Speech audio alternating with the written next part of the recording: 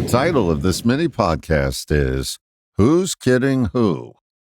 Many years ago, I was introduced to the concept of selective perception. I found this definition of it online. Selective perception refers to the tendency of individuals to interpret and perceive information based on their own pre-existing beliefs, biases, and expectations. It's a thought process where people selectively attend to certain aspects of their environment while ignoring others.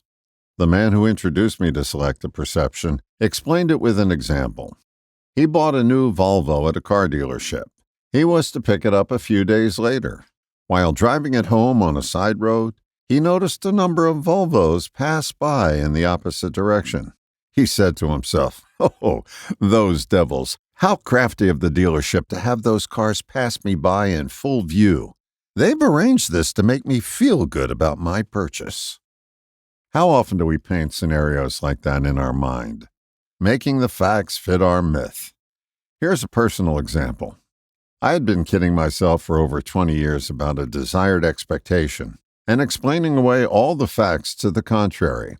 I was envisioning an outcome with perceived notions that had no supporting data other than the information I made up to fit my storyline.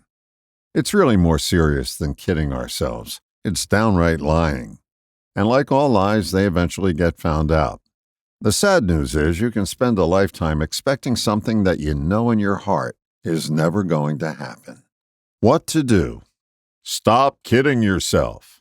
Now that's a directive without direction. Here's one approach to try on for size. Envision yourself on a deserted island with no visible means of escape. Think Tom Hanks in the movie Castaway. No amount of explaining away the facts is going to get you off that island. Paying attention to what's actually present in your environment may. It's your only hope of outgrowing your fairy tale by getting focused on what's real. It's in times like these that you need tangible, not fantasy. Think of someone you know who's good in an emergency.